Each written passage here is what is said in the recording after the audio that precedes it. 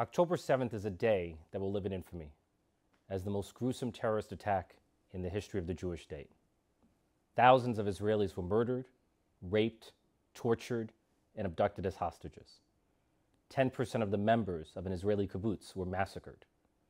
About 260 young Israelis partying at a music festival were gunned down. Babies were butchered, burned, and beheaded. The only morally acceptable response to such incomprehensible terror is overwhelming outrage at the boundless barbarism of Hamas.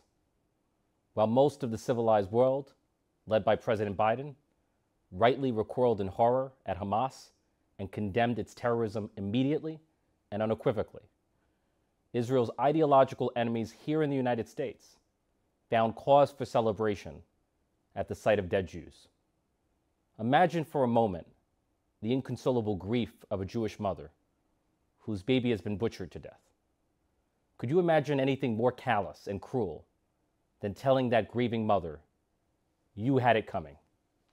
You and your people brought the terror upon yourselves. Those were the shocking sentiments of the New York City Democratic Socialist of America, which wasted no time in holding a hate rally, romanticizing the terrorism of Hamas as, quote, resistance. The DSA was hardly alone in blaming the victims of terrorism rather than the terrorists themselves. Something is rotten in the state of America when the institutional leaders in our country cannot condemn the cold-blooded murder of Israeli children and civilians with moral clarity. One must ask, what kind of society are we becoming? What does the silence and indifference and cowardice from these so-called leaders tell us about the depth of anti-Semitism in America and the reckoning required? The time has come to confront not only the symptoms, but the disease, a democratic socialist industrial complex that indoctrinates young Americans with an anti-Israel hatred so virulent that it renders them indifferent to the deadliest massacre of Jews since the Holocaust.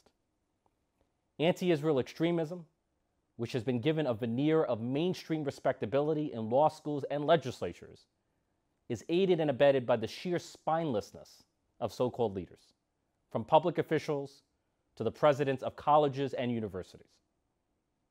Days of silence were often followed by words of cowardice, if there were any words at all.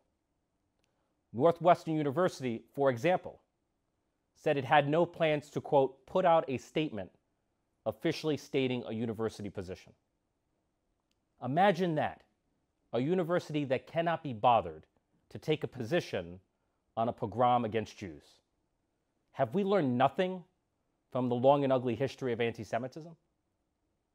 There is nothing accidental about the disregard for Israeli life that revealed itself in the wake of October 7th.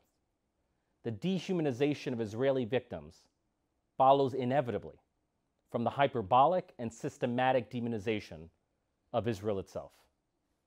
Anti-Israel hate and hysteria have been allowed to fester freely in academia, social media, the political arena, and elsewhere. It has been propagated by AstroTurf activists and academics, amplified by their enablers in elected office, and subsidized by government and civil society.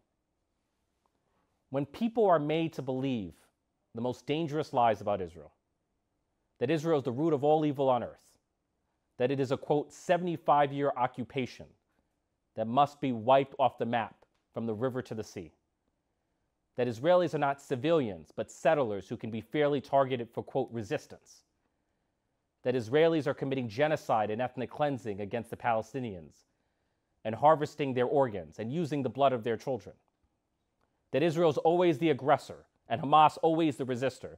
When you tell so many lies and incite so much hate, what do you think will happen? How do you think the believers internalizing these lies will respond to the savage slaughter of Israelis? This is a moral monstrosity made in America, and one that America must unmake.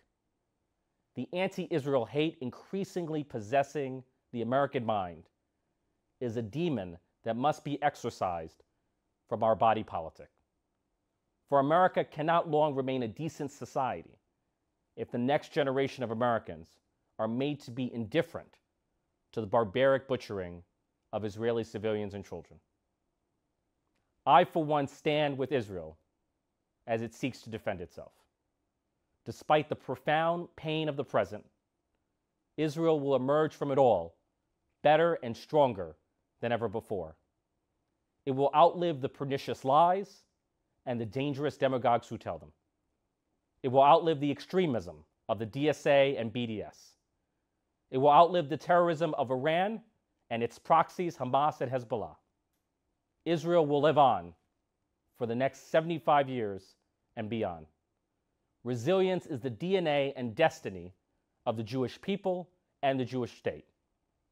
It always has been and always will be. I am as certain of that as I am of anything.